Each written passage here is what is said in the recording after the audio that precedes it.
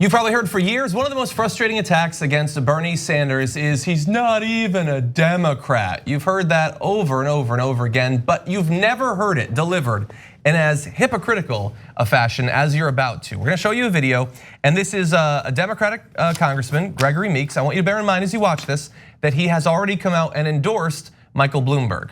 Now watch. This for me is Bernie Sanders is not a Democrat. So I don't understand why Bernie Sanders, who does not want to become a member of the Democratic Party. He vowed he would run, and if he wins, rule, preside as a Democrat. Run as a Democrat. We've asked him on a continuous basis, if in fact you want to be the Democratic nominee, you should be a Democrat. If you're not a Democrat, you should not run. He should run as an independent. He's not a Democrat. So to me, I wouldn't allow a Republican to run as a Democrat for the Democratic nominee. You don't think he should be allowed to run in the Democratic Party? I don't think he should be a Democrat. I think that he should say if he wants to be a Democrat, he should register in the Democratic Party. And then you can talk about running and to be my representative. I want a Democrat to be my representative as president of the United States. Okay, there's problems with that whole thing, but the most important is I would never let a Republican run as a Democrat. What have I done? He's endorsed Michael Bloomberg. Michael Bloomberg registered as a Democrat, do you know when? It was October 2018. Like, to put it in perspective, the month before that were the Kavanaugh hearings. So even that, he made it through all of that before finally registering. He made it through the kids in cages. He made it through it all still as a Republican. It was just a little bit ago. And unfortunately, like the host doesn't ask him about that obvious, shocking, blatant, brutal hypocrisy. On the other hand, Bernie Sanders didn't give money to all the politicians in the country, okay? So take that, John. Yeah, I'm thinking that. Okay, so now we need someone who's electable, who can beat Donald Trump, someone who could pull in independents. But what we don't want is an independent. Now, but we need independents. So who's polling best among independents? Bernie Sanders. Don't want him, banish him. Banish him. Okay, they keep saying Mike Bloomberg is so electable because he was a Republican until like yesterday. Okay, I mean during the Kavanaugh hearings he was Republican, independent. I don't know. It's look. He was a Republican governor for a billion years. Mayor. Yes. The mayor, sorry. Yes. But for a very long time, That's enthusiastically. Right. Okay, there's in another story today that just came out. It is reported that when he told some woman who worked for him who was pregnant, kill it. He's gonna get Republicans to vote for him because he's more electable. Oh, come on. Could you imagine if Bernie Sanders had said that? Can you imagine? Can you imagine, right? But here's the Honorable Representative Meeks telling us, nope, he's to the left of us. But by the way, he means it. He doesn't like people who are to the left of the Democratic Party. He doesn't mind people who are to the right of the Democratic Party, but just the only thing that matters is where's the donations coming from. Yeah. So I don't even know if he would even say that part as far as people Bernie's too much to the left of him. That is the reason, but at least in that section, maybe the rest of the interview he did something else. So let's be fair.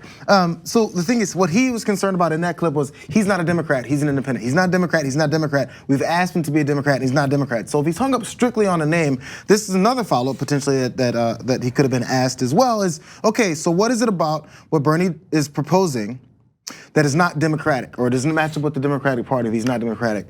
Affordable college, women's rights, healthcare, affordable drug costs, livable wages, fair taxing for people, fewer wars, especially interventionist wars around the world, protecting the environment, climate change, immigrant rights, gun control, kids' education system from the beginning, from like kindergarten, livable wages, things like that. So those things, you can list 20 things and ask Representative Meeks, ask Gregory Meeks, hey, are those things not things the Democratic Party believes in? Because this is what you're saying you don't agree with. Because that's agenda versus titles. So our titles have to say, hey, I'm a Democrat. It doesn't matter what I'm actually gonna do for people who voted for me. But as long as I have a D next to my name, it's all good that I just screw people over. Has nothing to do with these agenda policies. That's such a great point because that's a more nuanced point than the ones we made. Sorry, John. Okay, because that's such a wonderful follow-up. The obvious follow-up is the one John said, wait, you're... That's always what I say. Yeah. Wait, you're backing a Republican, right? That's like, how could she not ask that? But Jayar's question is amazing. Can you name one policy position of Bernie Sanders that is not sufficiently Democratic? Yeah. We'll wait. We'll wait 40 years. Yeah. Okay, you won't be able to come up with one. I can name a lot of Mike Bloomberg's, okay, when he said we should target Black and Latino males on purpose and we should leave white people alone on purpose. That was not a very Democratic position, and he had that position until what, a month ago? Yeah. And that was, it's not hyperbole, like literally until 2 months ago. One of the best things about Mike Bloomberg, and I hear a lot on the media that he's like really savvy, like savvier than Trump. He waited until like 3 months ago to apologize for stop and frisk. He waited until just the end of 2018 to change his party registration when he knew he was just going to do it opportunistically to run on the Democratic side, in the same way that he registered as a Republican right before running to be the mayor of New York City. Like he doesn't plan ahead literally at all for this, because he believes that he can just use his money to buy up the ads and bamboozle people into believing he's something he's not. But look, I want to talk about who he is and why switching your party doesn't mean anything. You said, well, where's the money going? Well, let's talk about where Bloomberg's money went. Now it's going to stupid ads, but where was it going for years and years? So I'm gonna jump to this tweet. This is from back in 2018, back before he was a Democrat. He pledged $80 million to help Dems win the House. He also held a fundraiser at his house for Republican Representative Peter King and asked for everyone who showed up to raise $10,000 for the Republican representative, which seems like it's gonna hurt your chances of taking the House. But let's take a holistic look over the past couple of decades, because remember, he wants to be the Democratic president, which is gonna have to deal potentially with a Republican Senate and a conservative Supreme Court. So let's talk a little bit about how we got those things. So since 1987, according to the FEC, he's donated over $900,000 directly to Republican candidates' campaigns, national GOP party committees, and federal PACs of state Republican Party committees. That might seem like a lot of money, it ain't nothing compared to what comes next. Bloomberg has given $4.6 million to New York State GOP party committees and roughly $300,000 to Republican state and local candidates. So he has spread millions upon millions of dollars around to make sure that as many local and state level Republicans get into office as possible. But even more importantly, Bloomberg's Independence USA Super PAC, which he funds exclusively, spent nearly $10.1 million supporting Republican federal candidates between 2012 and 2016. Not 82 and 86, this was a couple of years ago. The majority of that, $5.9 million, helped Senator Pat Toomey win re-election in 2016, just a couple years ago, against Democrat Katie McGinty, an environmental policy expert and another Emily's List endorsee. Do you remember how much he cares about climate change? Not so much if it means that he would have to turn against Pat Toomey. Americans for Responsible Solutions, another one of his in 2014, he gave it $250,000 backing Republican Senator Susan Collins. Remember her votes with impeachment and Kavanaugh? You remember all that? Yeah, he wanted to make sure she was there to do that. He donated $250,000 to the West Main Street Values PAC, by far the group's largest contribution, which spent a little bit more than that actually, to help Lindsey Graham win re-election.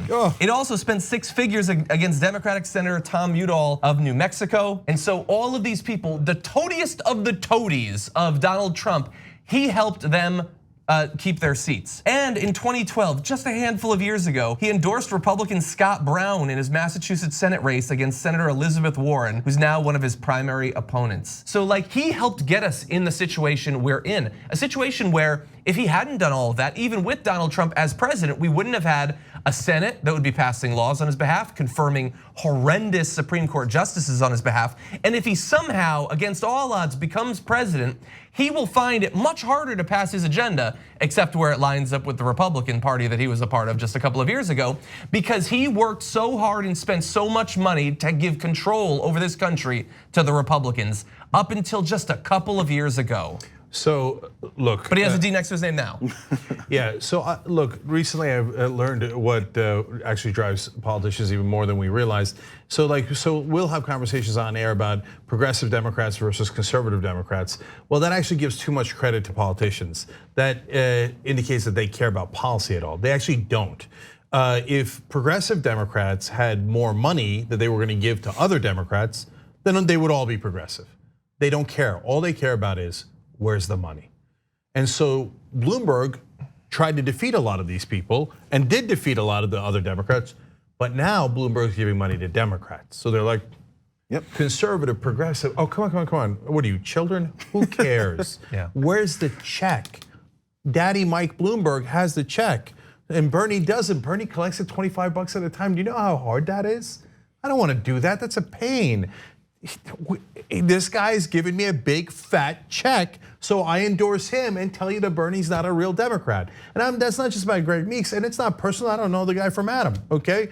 It's all of them. They all do it. You see, just turn on your TV any day of the week, and you'll see all of them doing it. Yeah. The network of money that goes around from PACs to smaller PACs to super PACs to congressmen to Democrats versus Republicans versus independents is so intertwined that if a PAC gave you $25,000 to run for your reelection, and then that same PAC decides to also give to Bloomberg, what you can't do is go against that PAC, because that PAC likes Mike Bloomberg. But if you don't like what that PAC has done as far as endorsing this guy who's going to run for a higher office than you can no longer do that, because now your job is in jeopardy, strictly because the money that you're getting from those places is in jeopardy. So if you work for Starbucks and Starbucks is like, hey, we have this much money to hand out, you can be like, well, I guess I'll show up to work at 6 a.m. like you guys asked me to, because I'd like my money, because I want to keep my job. So these people want to keep their job. They're not looking to represent you, they're looking to represent themselves, because it's a nice paycheck and it's a nice prestigious job, so they can get off work and say, you know, I'm the esteemed senator, or I'm esteemed representative from wherever, because that's what works for their ego. It's not about representation anymore. It makes you wonder, what would these people believe in? What principles would they actually have if they were unleashed from that? Yeah. We'd find out who these people really are, and they might actually represent you. You might like a few Republicans and vice versa. Republicans might like a few Democrats because they, wow, they're actually saying something they believe in. Wolf-pack.com. Yeah. Thank you, brother. Yeah. It's just, and imagine if Bernie Sanders donated money to keep Lindsey Graham in office. Over. By the way, to all of the Democrats, all of the 50 Democrats running against Mike Bloomberg, you idiots, take this seriously. Every day, 5 new stories come out that if you made an ad, it would destroy him. He has put himself in the position to go through a meat grinder in this race, but they're not taking it seriously. They're not running ads against him. Make an ad of him like spending millions of dollars to give Donald Trump as many allies as possible. Oh, I figured it out. He helped Kavanaugh get into the Supreme Court effectively. No, I just figured it out as you were saying it. See, that was smart of Mike Bloomberg. He said, even if I lose, I'm gonna keep helping whoever's the candidate. Unless, of course, they attack him. That is why a lot of the candidates, I bet you right now, is going, wow, I do want his sweet money. No. So I don't want to. I know, it's a mistake. Of course it's a mistake. Terrible mistake. Of course it's a terrible mistake. That's why he said that, right? But a lot of the corporate Democrats, even if they're running for president, they're like, oh, money. No, I'm not attacking him. I want his money later. You're not gonna get it later. There ain't no later. Don't you want a reason to need the money? Because you're not gonna need the money. Okay, damn it, we're out of time. You know what, can we just run Buttigieg's thing? Let's just run it. Okay, all right, just tell the story. Buttigieg, I mean, look, he did Iowa, New Hampshire, he did very well. He needs inroads into Nevada. I don't think this is it. So much for the chance to join you. Gracias por invitarnos para hablar this evening, and I bring greetings from South Bend. He speaks a million languages, but I don't think Spanish is one of them. Yeah. See, I wanted to run it because yesterday I said on the show, it occurred to me for the first time, oh my God, he doesn't speak Norwegian. Like, has anyone tested him? No, I'm serious. Like, when he came out, we didn't know anything about him, and he seemed like a really smart young guy, and he said he spoke Norwegian, and he said a couple of sentences. We were like, oh my God, he speaks, and he learned it to read a book. And then I was like, wait a minute, that guy's one of the most full of crap guys I've ever known. Oh my God, he doesn't speak Norwegian. Okay, so if you're out there and you speak Norwegian, if you ever see Pete Buttigieg, just launch into Norwegian. See if he can keep up with you, okay? He doesn't, I don't even know if he plays piano. I've never seen him play piano. I'll state the obvious. This is what happens when you don't have principles, when you don't have an agenda, when you don't have policies that you actually believe in. You think, hey, I can get the vote by acting like it. Yeah. John, you mentioned this before off air. You said he wasn't even speaking Spanish. There was a line he had memorized in Spanish to say, and he forgot it. It's like, that's you why can speak in English. English. Couldn't ad-lib afterward. You can speak in English and forget a line, and you'll stumble, even though you've spoken English since you were 2 years old. If you stumble on a line you're trying to remember, It doesn't matter. It doesn't mean you don't speak the language. It means you were rehearsed, and your rehearsal didn't work out. Yeah. So I was with Dolores Huerta a couple of weekends ago, and they're like, "Okay, let's do something in Spanish," and I was like, "No." Okay, I know some Spanish, but not well enough to speak. So here's all I can do: "Si se puede." Okay, I know that it's genuine. I know it, and I can say it. Everything else. And not gonna look good.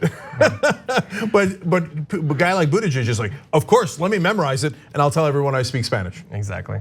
Thanks for watching the Young Turks. Really appreciate it. Another way to show support is through YouTube memberships. You'll get to interact with us more. There's live chat emojis, badges. You've got emojis of me, Anna, John, Jayar. So those are super fun. But you also get playback of our exclusive member-only shows and specials right after they air. So all of that, all you gotta do is click that join button right underneath the video. Thank you.